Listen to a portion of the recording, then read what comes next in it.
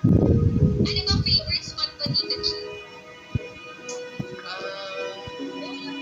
Wala Huwag na talaga ho eh. kayong mag-alala. Wala, Libre ho guys. ito. Sobrang maganda. Wala kayong favorite spot. Ilalapit ko na rin ho kayo sa pinakamalapit na hospital ng bayan. Sa social service. Para wala na ho kayong bayaran. Ay, ganda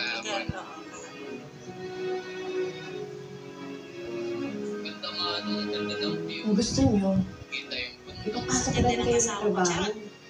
Doon sa hospital. Tagal lang. Ay, naku! May libre scholarship din doon. At pwede kita ilapit doon. Maraming salamat po.